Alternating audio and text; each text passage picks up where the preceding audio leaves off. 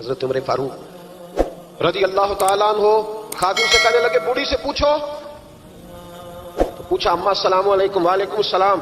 اماں کیا بات ہے؟ تو اماں کہنے لگی جاؤ دوڑو, تمہیں کیوں بتاؤں, دیہات کی سیدھی سادی بی بی, جاؤ بھاگ جاؤ. کہا نہیں اماں مہربانی کرو اندر تو آنے دو. بڑی منت کے بعد اماں مانی. عمر فاروق عام آدمی نہیں جس سے دنیا کامتی ہے. حضرت عمر اندر گئے. اماں کیوں پریشان ہو؟ تو اماں کہنے لگی تمہیں کیوں بتاؤں, میرا اپنا دکھ ہے.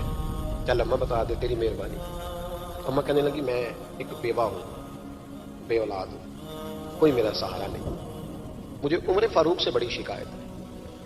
میرے اوپر 25 دینار کا قرضہ چڑھ گیا ہے اور 3 دن ہو گئے میں نے روٹی نہیں کھائی, اور عمر نے میری خبر نہیں لی. حضرت عمر کو پتہ چل گیا اللہ وارث ہے, اس کا کوئی 2 4 10 ہزار ووٹ کوئی نہیں. یہ کوئی میکے سے 6 مربے نہیں لے کے آئی, ایک اکیلی تنے تنہا. اور بھائی جب اللہ کا خوف ہوتا ہے تو پھر انسان ان غریبوں کو بھی مناتا ہے. پھر ریڑھی والے کی بھی اہمیت بڑھ جاتی ہے, پھر رکشے والے کی قدر بھی بڑھ جاتی ہے. حضرت عمر فاروق رضی اللہ تعالیٰ عنہ کہنے لگے اماں عمر سے شکوہ ہے؟ کہاں؟ جناب عمر کہتے ہیں میں نے ایک جملہ کہا تو اماں نے تو مجھے لاجواب کر دیا. میں نے کہا اماں عمر کو کیا پتا کہ تو بھوکی اور مقروض ہے, اسے کیا خبر؟ تو اماں کہنے لگی کیا کہا تم نے؟ عمر کو خبر نہیں, اسے پتا نہیں؟ تو عمر سے کہو نا چھوڑ دے حکومت, اس کے حوالے کرے جو خبر رکھ سکتا ہے. کیوں بیٹھا ہے پھر؟ ہمارے حکمران کہتے ہیں ابھی میں صدمے میں ہوں, نکلوں گا تو بات کروں گا, نہ ادھر ادھر کی تو بات کر. یہ بتا کہ قافلہ کیوں لٹا, مجھے راہزنوں سے غرض نہیں, تیری راہبری کا سوال ہے. ہاں تجھے جواب دینا پڑے گا. حضرت سیدنا عمر فاروق رضی اللہ تعالیٰ عنہ سے اماں کہنے لگی نہیں خبر رکھ سکتا تو حکومت کیوں کرتا ہے, چھوڑتا کیوں نہیں؟ حضرت عمر کہتے ہیں میں کانپنے لگا. دوڑے گئے جناب عمر. میں نے کہا اس اماں کا 6000 ووٹ نہیں کہ اس کی قدر کی جائے. یہ اماں کوئی بہت آکسفورڈ یونیورسٹی کی ڈگری ہولڈر نہیں کہ اس کی بات مانی جائے, کہ لاوارث اور بیوہ بی بی. عمر دوڑے گئے, گھر سے اناج کا تھیلا کندھے پہ رکھا, 25 دینار بھی لیے, پکا پکایا کھانا بھی لیا. خادم کہنے لگا حضور مجھے دے دے میں اٹھا لیتا ہوں. تو حضرت عمر فرمانے لگے چل وعدہ کر قیامت کے دن بھی میرا بوجھ اٹھائے گا. کہنے لگا جی نہیں وہاں نہیں اٹھا سکتا. فرمایا پھر آج بھی نہ اٹھا, مجھے ہی اٹھانے دے, کہ میرا بوجھ ہے تو مجھے ہی. اماں کے سامنے 25 دینار بھی رکھے. پھر اماں کو حضرت فاروق اعظم نے 2 مہینے کا راشن بھی دیا, پکا پکایا کھانا بھی دیا. معمولی آدمی کی بات نہیں کر رہا, 24 لاکھ مربع میل کا حکمران. حضرت عمر مدینے میں بیٹھ کے کبھی للکار دیں تو کیسر و کسرا کی ٹانگیں کانپیں. جناب عمر فاروق رضی اللہ کھانا کھلا کے, اماں چارپائی پہ تھی تو عمر نیچے بیٹھ گئے. کہنے لگے اماں چل عمر کو معاف کر دے, چل چل جانے دے, کوئی عرض نہیں, بیچارے کو پتہ نہیں چلا. تو اماں کہنے لگی تو نے پھر عمر کا ذکر چھیڑ دیا. بیٹے میرے گھاؤ بڑے گہرے ہیں, میرے زخم بڑے سخت ہیں, چلے جب پھٹے تو تجھے دکھاؤں کتنی تکلیف میں ہوں. میں تو پکا ہوا پھال ہوں, کسی وقت بھی دنیا سے چلی جاؤں گی. میں نے عمر کو معاف نہیں کرنا. جب میں قبر میں جاؤں گی نا, نبی کریم علیہ السلام آئیں گے تو میں عمر کی شکایت کروں گی. میں کہوں گی حضور اس سے پوچھئے یا رسول اللہ بیوہ اور بوڑھی کا خیال ہی نہیں کیا. تو آپ کے غلام کہتے ہیں میں نے عمر کو کبھی اتنا روتے نہیں دیکھا جتنا آج روئے. کہنے لگے اماں عمر کو میں جانتا ہوں وہ کمزور ہے, یہ شکایت نہ لگانا, وہ کمزور ہے, مقابلہ نہیں کر سکے گا, یہ شکایت نہ لگانا, چل معاف کر دے. تو اماں کہنے لگی اچھا تو مجھے کچھ اچھا لگتا ہے, جا تیری خاطر عمر کو معاف کیا, تو پیارا لگا ہے, جا معاف کیا, تیری خاطر معاف کیا, تیری خاطر عمر کو معاف کیا. حضرت عمر فاروق کہنے لگے مجھے لکھ کے دو. کون اتنے جتن کرتا ہے, کون؟ کسی سے کہنا جا اپنی اماں کو منا لے, تو کہتے ہیں نہیں نہیں میری غلطی کوئی نہیں تو مناؤں کس بات کو, ہمیں تو 20 دلیلیں آتی ہیں. جا ابا کے پیر پکڑ لے. پتہ ہے نبی پاک علیہ السلام نے فرمایا جس کا باپ راضی ہوگا اسی کا اللہ راضی ہوگا, اور جس کا باپ ناراض ہوگا وہ سارا دن وظیفے پڑھے, اس کا اللہ راضی. یہ ابو داؤد شریف کی حدیث ہے. نا جی بڑی مہربانی, پیسے نہ لائیے گا آپ بات سنیں, وہ بھی میں سمیٹنے کی طرف آ رہا ہوں, ختم کر رہا ہوں, آپ میری بات پہ توجہ رکھیں. عزیز بھائی, نبی کریم صلی اللہ تعالی علیہ وسلم نے جو اپنے غلاموں کی تربیت کی تو حضرت عمر فاروق کہنے لگے لکھ کے دو, لکھ دو. تو اماں کہنے لگی آپ لکھیں میں سائن کر دیتی ہوں, آپ لکھ دیں میں سائن کرتی ہوں. حضرت عمر نے لکھا فلاں بنت فلاں کو عمر سے شکایت تھی, پھر انہوں نے عمر کو معاف کر دیا. اماں سائن کرنے ہی لگی تھی کہ مولا علی شیر خدا آ گئے, حضرت عبداللہ ابن مسعود آ گئے. اوہو عمر یہاں بیٹھے ہوئے ہو, میں سارے مدینے میں تلاش کر رہا تھا, یہاں بیٹھے ہو, وہ کچھ لوگ ملنے آئے, نکلو. اماں نے سنا کہ یہ عمر تھے تو اماں اٹھ کے کھڑی ہو گئی. آئے ہائے عمر تھے, آپ عمر تھے؟ تو جناب عمر کہنے لگے اماں تو نے جو کہا ٹھیک کہا, لیکن اپنے وعدے پہ قائم رہا, یہ ذرا سائن کر دے. اماں نے سائن کیے تو حضرت عمر فاروق فرمانے لگے علی آ گئے ہو تو بطور گواہ تم بھی دستخط کر دو, عبداللہ ابن مسعود تم بھی بطور گواہ جب سائن ہوئے تو جناب عمر نے رکا لپیٹا اور مولا علی شیر خدا سے فرمانے لگے علی یہ رکھ لو, مجھے لگتا ہے میں تم سے پہلے دنیا سے جاؤں گا، اور جب میں پردہ کر جاؤں نا تو یہ رکا میرے کفن میں رکھ دینا۔ اگر حضور علیہ السلام نے پوچھا نا میری امت کے ساتھ کیا سلوک کر کے آئے ہو، تو رکا نکال کے کہوں گا یا رسول اللہ ایک بوڑھی ناراض تھی، میں اسے بھی راضی کر کے آیا۔ حضور یہ میں راضی۔ بھائی جب تک ہم اللہ سے نہیں ڈرتے معاشرہ اصلاح پذیر نہیں ہو سکتا۔ حضرت عمر فاروق رضی اللہ تعالیٰ عنہ نا باہر والوں کا بھی بڑا سخت حساب کرتے تھے۔ بڑا ایک گورنر صاحب نے لباس بڑا شاندار پہننا شروع کر دیا تھا تو حضرت عمر نے اتروا کے نا تو انہیں ٹاٹ کا لباس پہنا کے تو اونٹ چرانے کی ڈیوٹی دے دی تھی۔ اتنا سخت احتساب کرتے تھے۔ کسائی کی دکان پر بھی 1-2 گھنٹے کھڑے ہوتے تھے۔ جو آدمی مسلسل 2 دن گوشت خریدتا تھا نا فرماتے تھے اس کا ٹیکس بڑھا دو، لوگوں کو دال نہیں مل رہی اور یہ روز گوشت کھاتا ہے۔ حضرت فاروق اعظم اس کو جزیہ کہا جاتا تھا یا کچھ اور معاملات ہوتے تو بڑھا دیتے تھے۔ مسلسل جو 2 دن آدمی گوشت کھاتا تھا فرماتے تھے مدینے میں غربت ہے، اگر یہ والا نظام تم کرو گے تو غریب لوگ کس کی طرف دیکھیں گے۔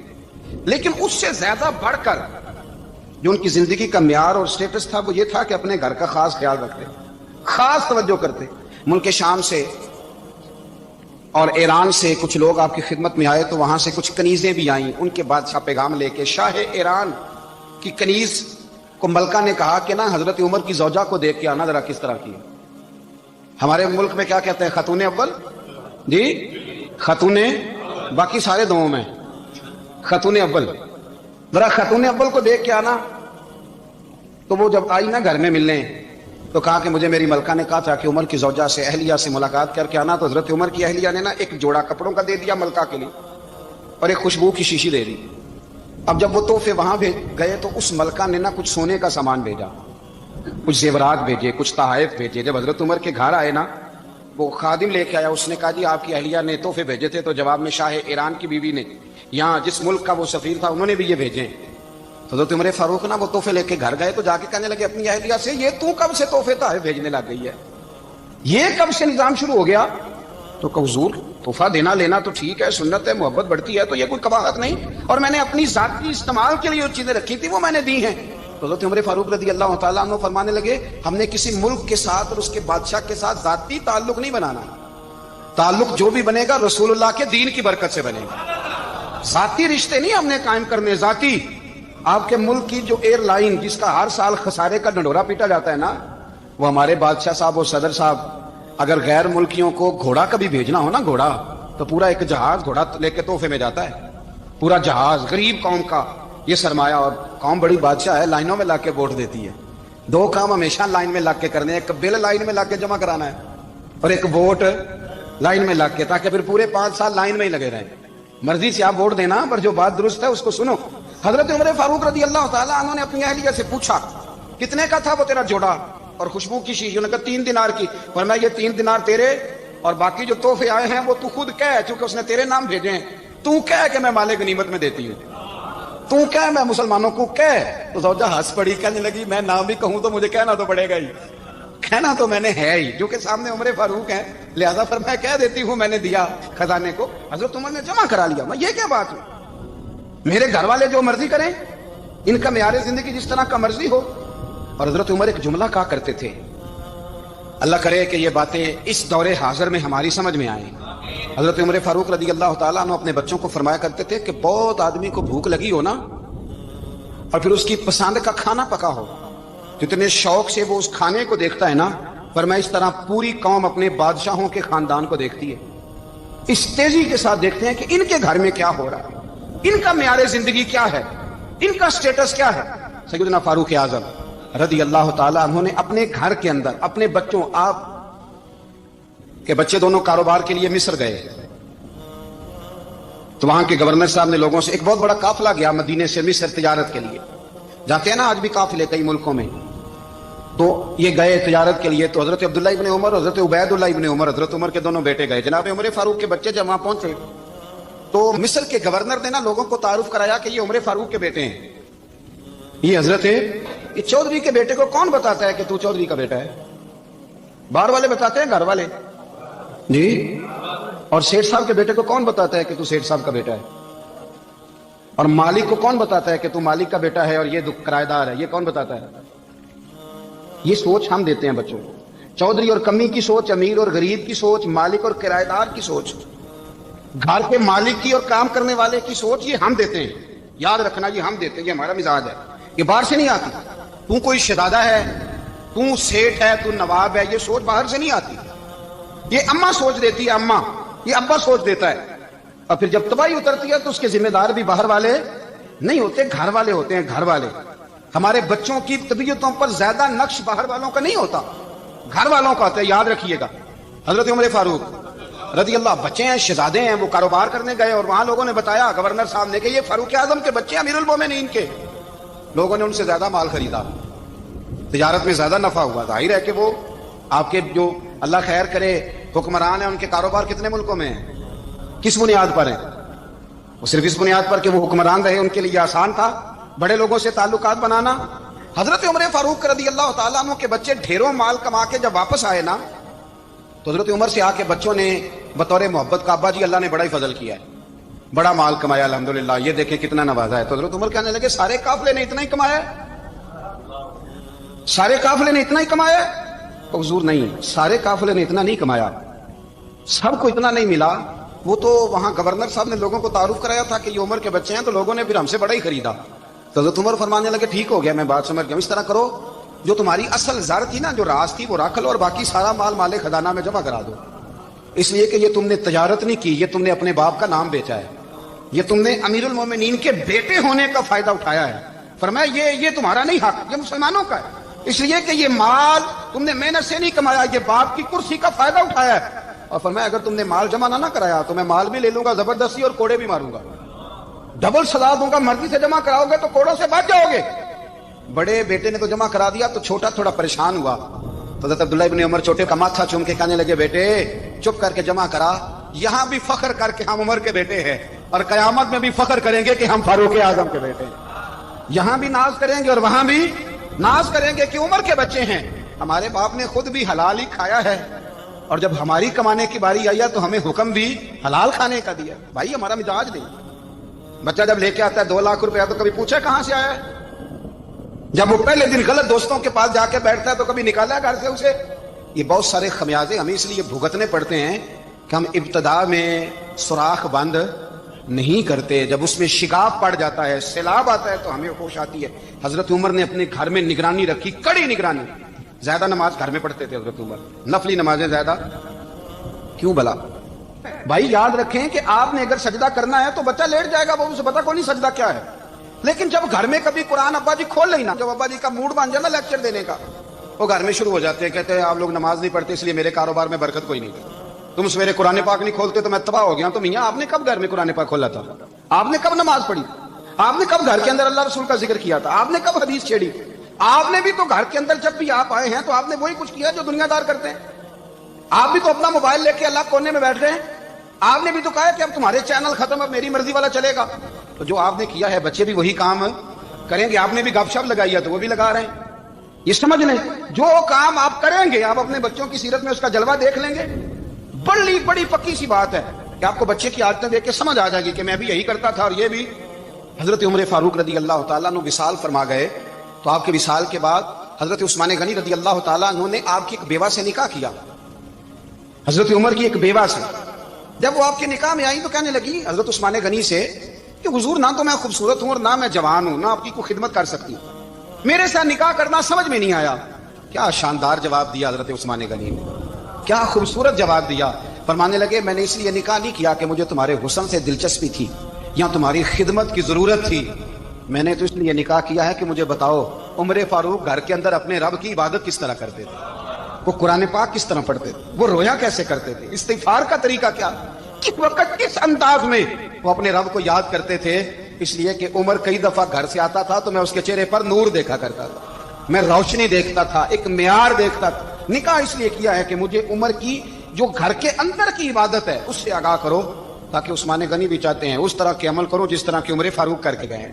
بھائی جب تک ہم اپنے گھر میں وہ توجہ نہیں دیں گے، وہ مزاج دیکھیں نا، ہمارے گھروں میں جب نقشہ پاس ہوتا ہے تو ٹی وی لان بھی اس میں ہوتا ہے، ڈرائنگ روم بھی ہوتا ہے، نماز کی جگہ بھی ہوتی ہے نقشے میں. صحابہ جب گھر بناتے تھے تو ایک مسجد بیت کا نقشہ پاس کرتے تھے، ذہن میں رکھتے تھے کہ یہ کونا نماز کے لیے، وہاں جوتے لے کے کوئی نہیں جائے گا، وہاں نماز پڑھی جاتی تھی، عورتیں وہاں اعتکاف کرتی. ٹی وی لان تو آ گیا ہے اور گھر کے اندر ٹی وی رکھنے کے لیے تو ایک کمرہ الگ سے بنا دیا گیا ہے، اور اب جو نئے نقشے پاس ہو رہے ہیں اس کے اندر گھروں کے اندر جگہ بنائی گئی ہے جہاں کمپیوٹر رکھے جائیں. اور بچوں کے لیے وائرنگ ہوگی نیچے تاکہ انہیں کوئی مشکل درپیش نہ ہو. یہ ساری چیزیں ہم نے نہانے کے لیے گھروں کے اندر اتنے اتنے بڑے واش روم بنائے ہیں کہ لگتا یہ ہے کہ سوائے نہانے کے اور کام ہی نہیں کوئی گھر میں ہوگا. ہر چیز آ گئی. پر اللہ کرے کوئی تفسیر بھی ٹیبل پہ پڑی نظر آئے, کوئی حدیث کی کتاب بھی ٹیبل پہ پڑی نظر آئے. اللہ کرے کہ جس طرح ابا لطیفہ سن کے آتا ہے تو جب تک سنا نہ لے اسے ہضم نہیں ہوتا. اللہ کرے کہ وہ جمعے میں بیان سن کے جائے تو اس کا بھی دل کرے میں اپنے بچوں کو سناؤں. وہ نبی پاک کی کوئی حدیث کہیں سے سنے تو گھر جا کے سنائے. جب تک یہ معیار نہیں بنتا آپ کیسے توقع کرتے ہیں کہ گھر کے اندر اللہ کی رحمت نازل ہوں گی؟ آپ یہ کیسے توقع کرتے ہیں کہ گھر کے اندر وہ معیار اور وہ مزاج بنے گا؟ حضرت عمر فاروق نے ذاتی زندگی پر جو توجہ دی, گھر والوں کے معیار پر جو توجہ دی حضرت عمر فاروق رضی اللہ تعالیٰ عنہ نے, وہ بھی بڑی دیدنی ہے. حضرت ابو موسیٰ اشعری کو نا آپ نے وزیر خزانہ بنایا, وزیر خزانہ. تو حضرت ابو موسیٰ اشعری کہتے ہیں کہ حضرت عمر کو شیخ خزانے میں رہنے تو دیتے نہیں تھے. تو ایک دن میں صفائی کر رہا تھا اس کمرے کی جس میں خزانہ رہتا تھا. ہمارے تو ملک میں جو جاتا ہے وہ صفائی کر کے ہی جاتا ہے, اللہ خیر کرے. اور خیر معیار بدلتا ہے. جو پچھلی حکومت ہوتی ہے وہ قرضہ اٹھاتی ہے, وہ باہر سے جاتی ہے تو قرضہ لے کے آتی ہے, اور جو نہیں آتی ہے وہ کہتی ہے ہمیں پیکج مل گیا ہے. وہ قرضہ نہیں اٹھاتے. ان کو کیا ملتا ہے؟ یعنی پچھلی نے قرضہ لیا تھا اور ہم نے, واہ جی واہ کیا خوبصورت انداز ہے, اس کا نام بدل کے نا انہوں نے قرضہ لیا تھا اور ہم نے, میں کہا بڑے شاندار سیانے بندے ہو گئے. اور اللہ تعالیٰ خیر فرمائے.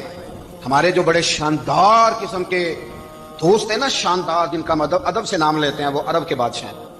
ہم تو عرب خالی کہتے بھی نہیں, عرب شریف کہتے ہیں, عرب شریف. انہوں نے پتہ کیا کیا ہے؟ انہوں نے اس طرح کیا ہے کہ جو کشمیریوں کا قاتل تھا نا اس کے گلے میں میڈل ڈال دیا ہے. یہی کام وہ کرتے رہتے. انہوں نے پہلے انہیں بلا کے مندر بھی بنوائے تھے. ہمیں کوئی شکوہ نہیں, ان کی زمین ہے, اللہ تعالیٰ توفیق عطا کرنے والا ہے. پر خیال یہ تھا کہ چلو کشمیریوں کے زخم پر نمک نہ چھڑکتے, 2 مہینے انتظار کر لیتے, کچھ حالات سنور جاتے, کچھ تھوڑا انتظار. ہیں ہمارے دوست, ہمارے وزیر اعظم صاحب جب جاتے ہیں تو وہ پھولوں کا ہار ڈالتے ہیں ہمارے دوست. لیکن انہیں وہ حدیث یاد نہیں کہ نبی پاک علیہ السلام نے فرمایا جب میرے مومن کو تکلیف ہوتی ہے تو مجھے بھی گنبد خضرا میں تکلیف ہوتی ہے.